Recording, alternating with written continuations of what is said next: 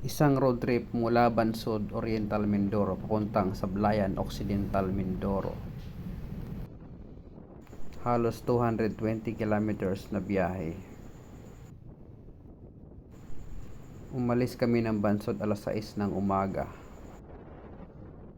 Narating namin ang Sablayan Occidental around alas 5 ng hapon. Ang biyahe na halos inabot kami ng 11 hours. Ang sanay na motorista ay kayang kunin sa 5 hanggang 6 na oras lamang. Alam mo ba kung bakit?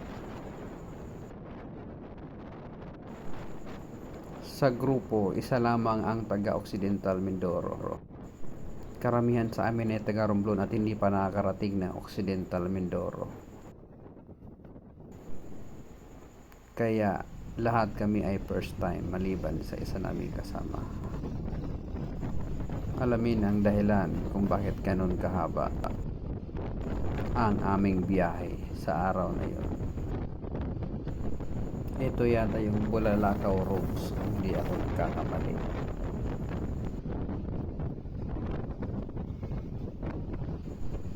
Parating ang bagyong Paeng nung araw na yon.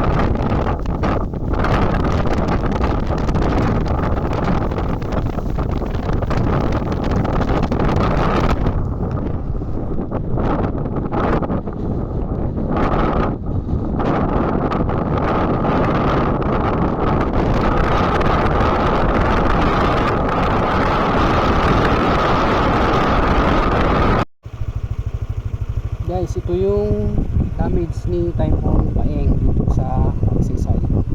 Lahat ay nakahapay sa isang section na to. Kaya guys, half price lang muna dahil half by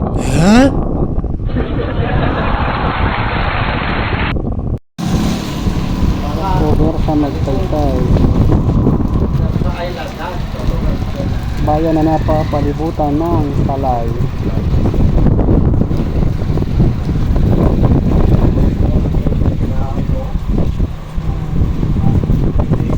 Pagod na sinong mat.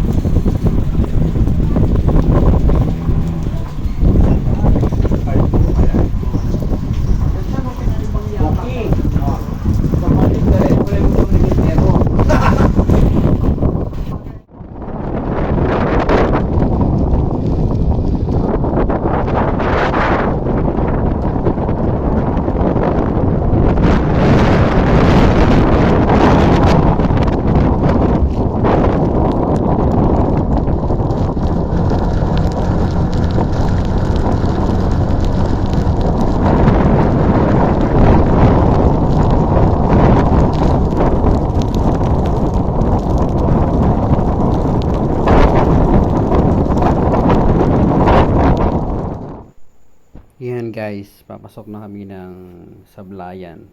Pagkaalam ko, lagpas na kami nito ng San Jose. Ayan na, tumuyo na uli guys ang kalsada dahil wala nang masyadong ulan, pero that time talaga ang ulan ay papalit-palit lang sila nung sikat ng araw. So dyan guys, nako, parang ngawit na yung aking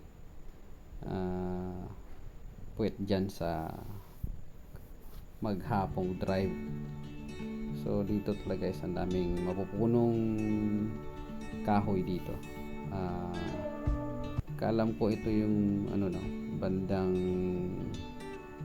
Rizal. Pero kayo na lang mag-comment kung tamang sa Rizal nga yan. Pero yun, malapit na kami dyan guys. Malapit na. Yung kahit 50 kilometers, sasabihin mo, malapit na. Motivation lang yun. Pero ang ganda ng view nila dito guys. Ayan, yung tulay na yan, kaalam ko ay Kalintaan yan. Comment lang po kung talagang Kalintaan yan. Hindi po talaga kabisado dahil first time namin talaga rito sa Occidental Mindoro. At ang tulay dito ay masabi mong tulay kasi napakahaba ng tulay nila. Ayan, stop over sa may Penal Colony, malapit na kami. Ayan, parang last leg na namin ito. Malapit-lapit na talaga. Ayan. So, guys, panoorin nyo hanggang matapos. Yung ibang mga still shots hindi ko pa-include sa video na to. Ngayon lang ulit tayo nakapag-isip na gumawa ng another part 2 ng video na ito. So, sana na-enjoy nyo ang aming pamasyal sa Occidental Mindoro with Romblon Boys. Ang aming team leader dyan ay aking classmate na taga Sablayan. Doon kami pupunta. Magpapalamig kami after ng aming GLC class. Okay guys, di namin kayo bibitinin. Ito yung mga kuha naming shots habang kami nagpapahinga o nag-stop over sa mga lugar na aming napili.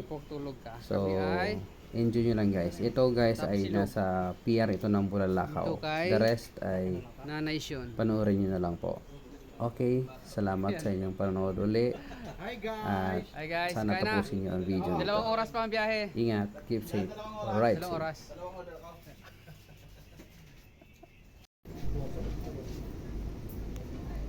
Tapos na kumain sa kusina ni Nanay Syon.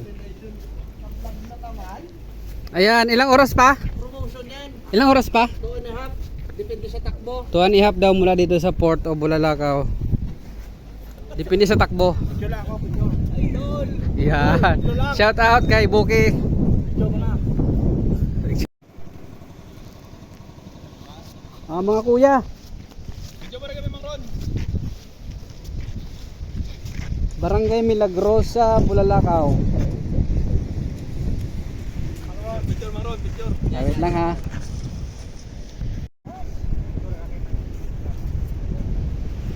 Napicture mo ba, Mang Ron, ito? Ah.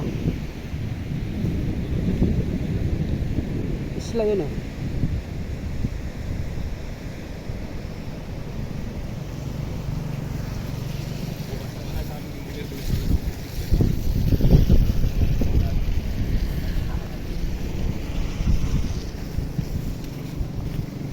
Uy, simbolo ng mga kuya. Umaga yun, Boarding uli. Boarding uli. Patawid sa Occidental Mindoro.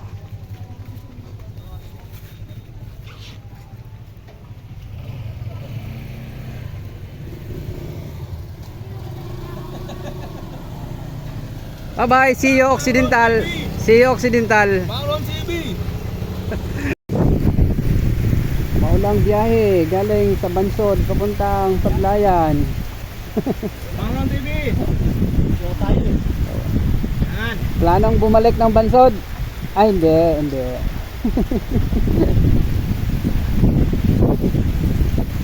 Nasa bukana na kami ng Occidental.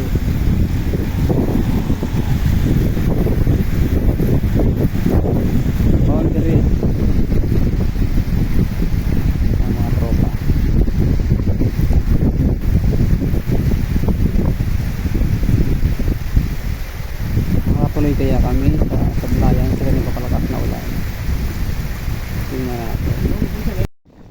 Yan guys, ito papasok tayo ng Magsaysay. Pero actually guys, ito yung boundary ng Bulalakaw Oriental at saka Magsaysay Occidental. So dito very slow lang yung ating patakbo dahil maulan at syempre hindi natin alam yung terrain, first time natin.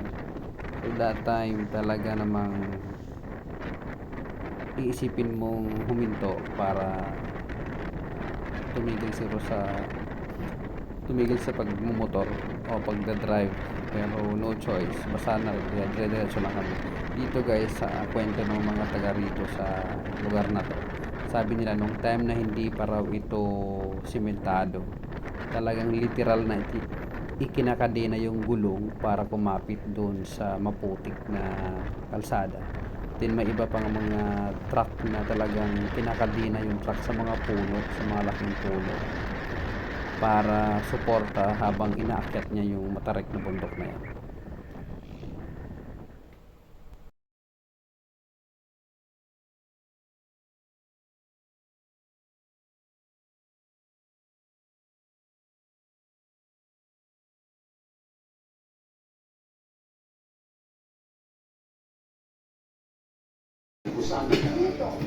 Yun.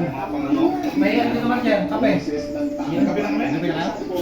Yan, yan lang po. Masikip ang bahay. Doon mo ba doon sa kabilang bahay ko? Mag-ebo nito. Hindi ba lang sila natapos?